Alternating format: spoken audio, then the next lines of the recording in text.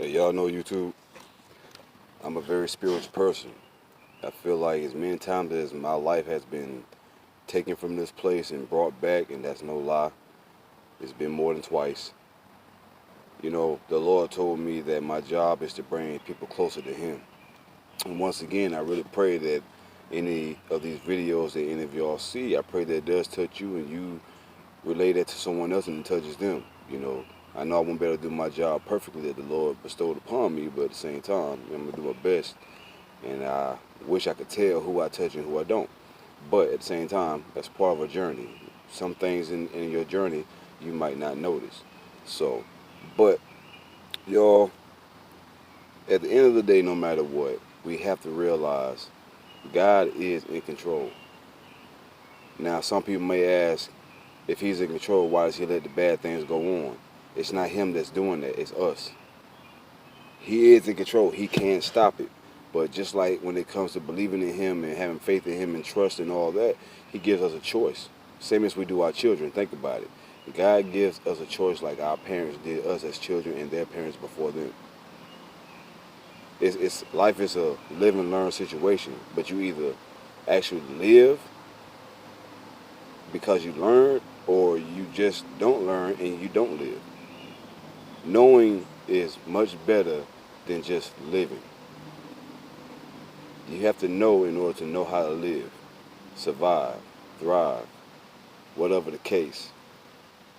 You letting this evil actions and thoughts of others, including yourself at times, control your every move. In other words, you're turning yourself into the exact monster that you've always said you hated.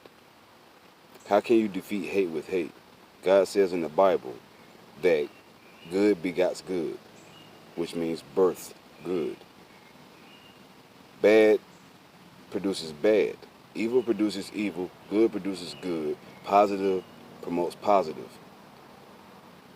You can't expect the positive out of a negative unless it's just beneficial to one side. Other than that, you would not find that. We still spend all our lives acting as if we really want a way out, but then we keep opening the same door. That's considered insanity, doing the same thing over and over, expecting a different result. And I'm not just talking about all this Black Lives Matter thing and George Floyd and all that. I'm talking about any and everything in general. But the George Floyd's death sparked this in a sense? Yeah, a little bit though. But this is the way I've always been and the way I've always taught way before George Floyd was even killed. Way before that officer was even known about, except for the town that he helped protect, so-called. This is about human beings and knowing the fact that we're living on the same planet, sharing the same grounds. It's just in different countries, but all Earth is connected. So we're sharing this ground. It's not even ours, but we act as if it is. I never understood how we make money off of something we didn't create. How do you charge for air? You'd rather someone die instead of them having something that produces air for them to breathe. That's breathable, should I say. Not necessarily creating it. You just made it where it's breathable for them. You cut down the amount so they can feel like they're breathing better. It's common sense. How can you charge for grass? It grows every day, everywhere, different types. But we charge people for it and we fall for it and we pay for it when God gave it to us. It really makes no sense to me. How did anybody even manage to buy a piece of land that doesn't even belong to them? How did that even start? It's not hard to understand how it starts, but still, how does it even start when it never belonged to any of us in the first place? All the ideas we have don't even really belong to us. He just gives them to the ones he feels can do something with it. Only problem is the gifts that God gives us, we never, most of us anyway, because it seems like it, all this evil, we don't know how to go about seeing it, let alone using it in the way it's intended to use. That's why it was given to you personally in the first place. Everybody has the same talent, but you either relate to it and like it or you don't. But everybody has the same talent. Everybody has the same brain capability as the next. Even if you're mentally challenged, you still have it. They just don't know how to comprehend things as fast as us, therefore that's why they're mentally challenged. That doesn't mean they're stupid. It just takes a while for them to comprehend. But people walk around here and they complain about money. Yeah, you need money. People say that to me all the time. Well, you need money to survive, y'all. Yeah, true, you do. Of course, that's obvious. You don't have to even mention that. That's not my point. It's the point that the power that comes with money. And it's not even power, it's a curse. It's a curse for the one who uses it, and it's a curse for the one who falls for it and takes it. But it's a benefit also at the same time on both ends. The thing is, the receiver is the main one who don't never see that it's a bad thing to receive this evil money from this evil person in the first place, making their life easier while yours is messed up because the person who has the money can easily get only your name put in the situation, and they be X'd out of it. God says himself, you can't trust man. Man will turn on you. He also says family will turn on you, but enemies will stay closer because they have to keep you close to see what you're doing in order for them to get you first. Family will just get you.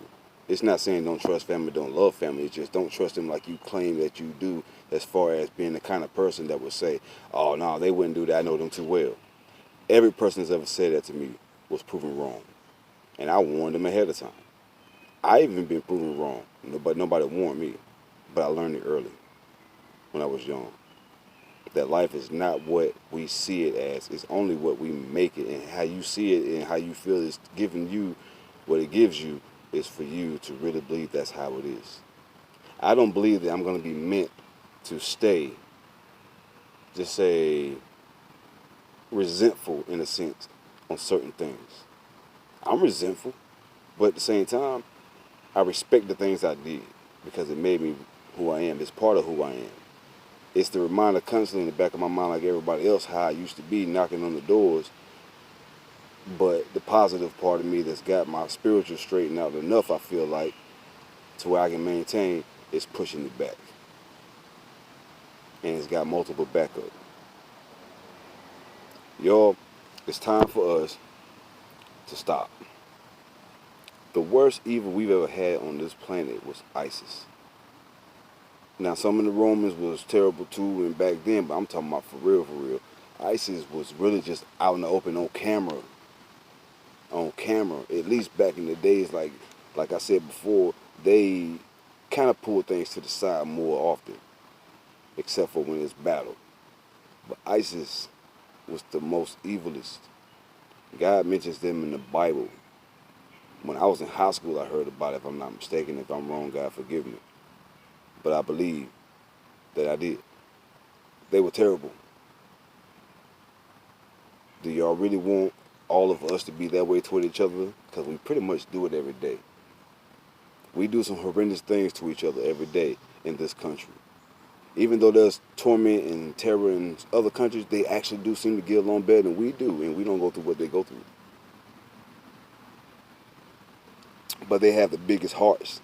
They still find a way to get along, even if it's modified by others.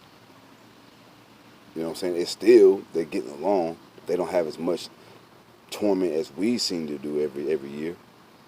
I would say every decade or two, or a few years, but every year. We're doing the same repeated things. Which is sad because things change in this country every day, just like in this world, but this country changes things every day. The people of other countries don't even change hardly anything. If they do, it's very insignificant. But they still find a way to get along. Even if it's them portraying to like what they like, but they really don't. Just to keep peace and keep your family alive. I ain't saying do it, but I understand them doing it and why. At the end of the day, I still hear people fighting, females fighting about who looked better or who said who looked better. Dudes still fighting over who got the best looking car. We all fighting because we wanted the girl and you didn't get him. And then the girls wanted the guy and they didn't get the guy and another girl got the guy. We fighting over stupid stuff. And at the same time, in the middle of our childish grown-up actions, we don't ever think about the kids, it seems like. I do. I mention everything I do almost, except, every now and then. But the way this world is lately, I love being the man that goes to work, comes home to his wife, help pay bills, help with my stepdaughter, help with my stepson if he asks. You know what I'm saying? It's a family, something we don't see no more. And I could get deep, y'all. I can get much deeper than this, trust me, because I would make you think And I ain't saying I would make you change your mind, but I would love for you to change your mind. Even if it ain't changing your mind and start going for God, at least go for his ways. Be good to one another, love one another. You can respect one another and still not like one another. But you can still respect each other. You don't have to agree with everything that a person is. It's differences. That's why we have them.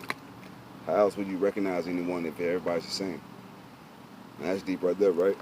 You can't recognize someone if you're all the same. If everybody was the same, you would not know who is who. I think that would drive us more crazy than us being different.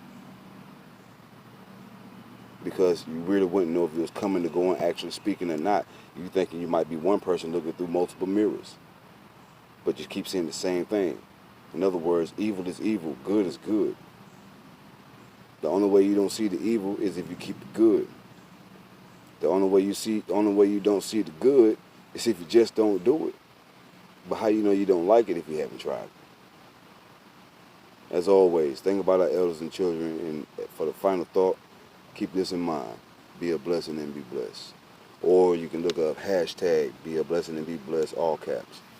Everybody have a blessed day. Love one another for real. Think about the babies. Think about our time.